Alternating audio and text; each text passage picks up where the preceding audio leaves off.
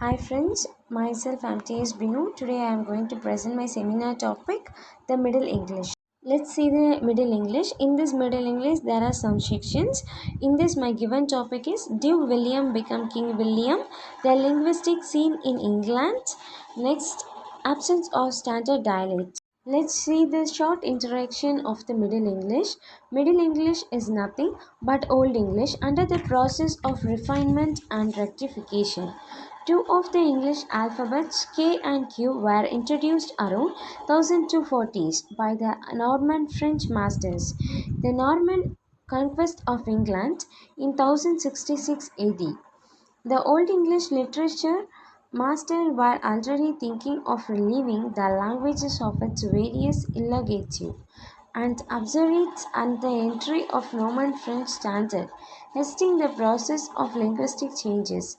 The aspects of grammar and the vocabulary underwent the dramatic changes.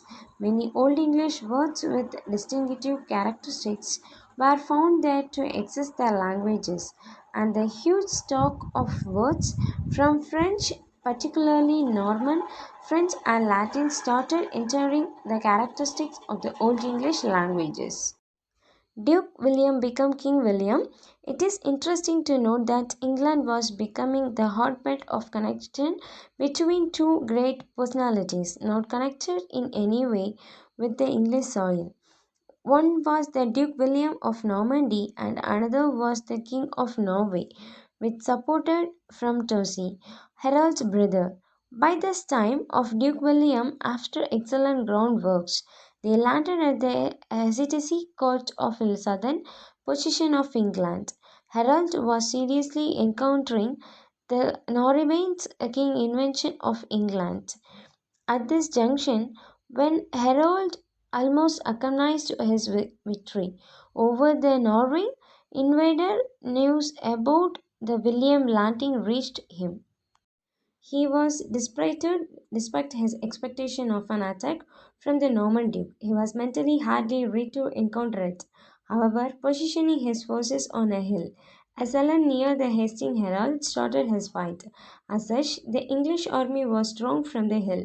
Duke William was growing desperate. He employed a policy of false retreat. On seeing the Norman French army drawing away, the Anglo-Saxon army descended down the hill and was trapped, and mercilessly sorrowed to the death. In the meanwhile, Harold was deeply pierced in the eyes of an arrow, resulting in his instantaneous death.